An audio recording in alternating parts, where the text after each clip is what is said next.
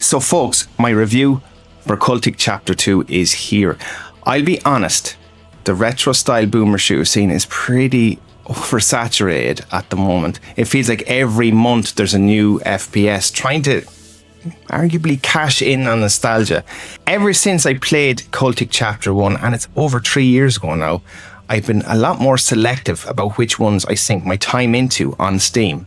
I actually spoke with Jason, the developer, before Chapter 1 even launched. For regular subscribers of the channel who would know this, and I knew right away this wasn't just another copycat.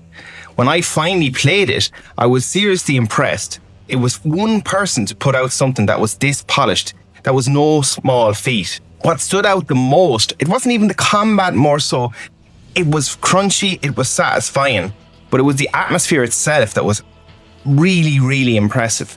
That thick, moody, oppressive atmosphere, it drew some inspiration from RE4 and Blood. A lot of people can say that straight away, but it definitely put its own spin on things, and something a lot of the indie shooters struggle to pull off.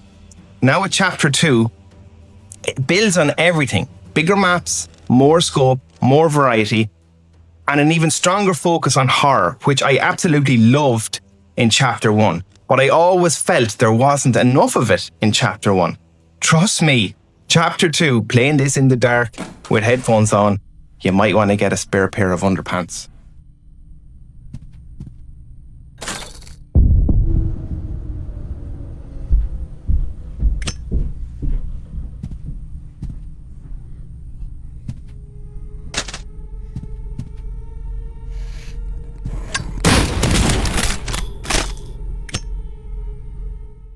So I'll start with graphics and audio. Performance-wise, Chapter 2 feels smoother and better optimized than Chapter 1.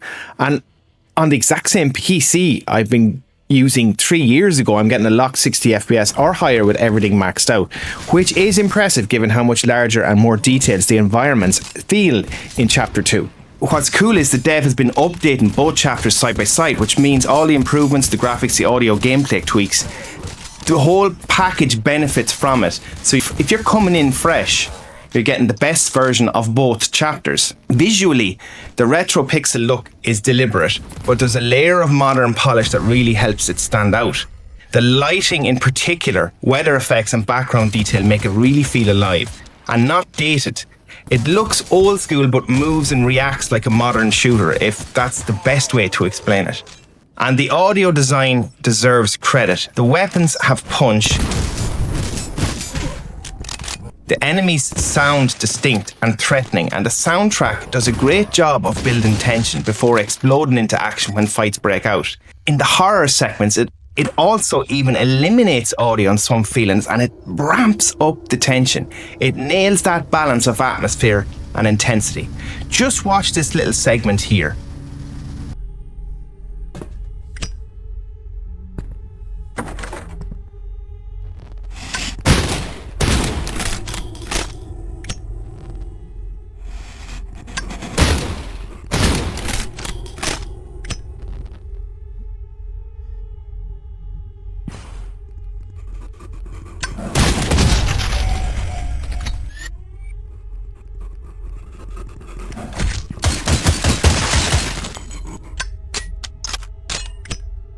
Now, most importantly, let's talk about gameplay. Chapter 2 is larger and more varied than Chapter 1 in just about every way.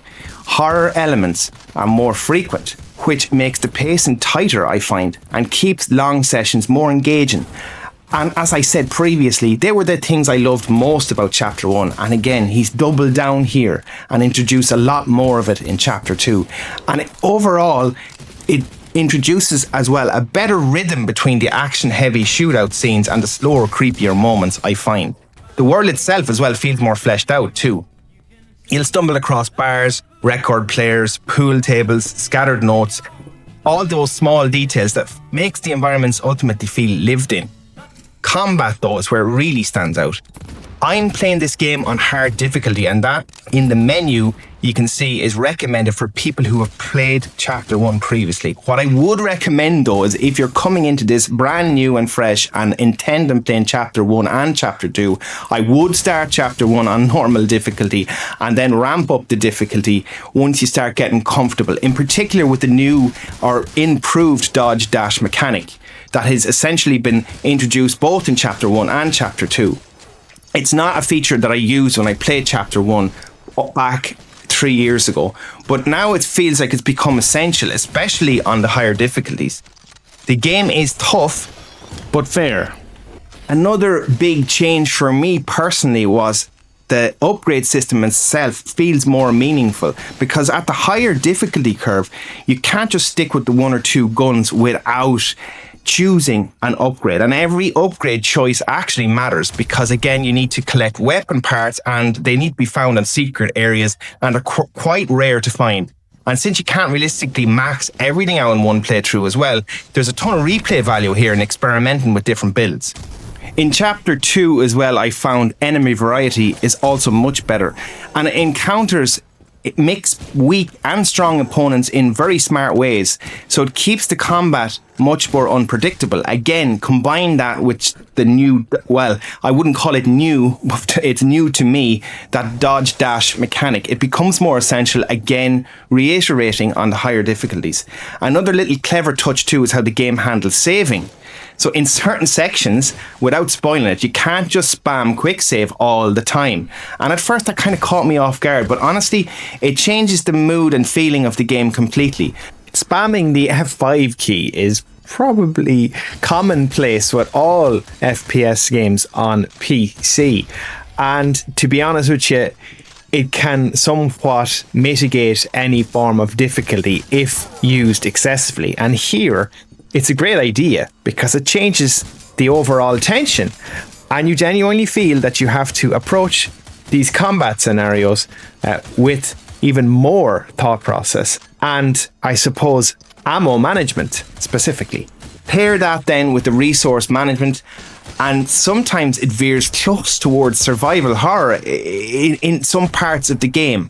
Ammo can feel scarce and it makes you plan carefully. Then suddenly, again, the game can shift gears and it'll throw you into a full-on chaotic firefight.